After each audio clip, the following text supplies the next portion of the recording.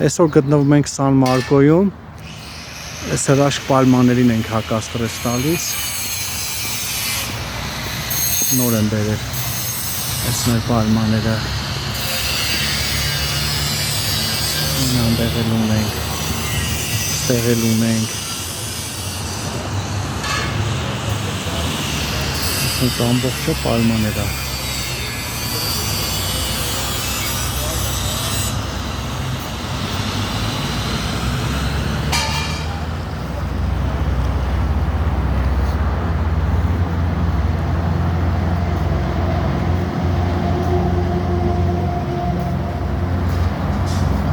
իրան քանի որ ուրիշ երկրից նոր են եկել,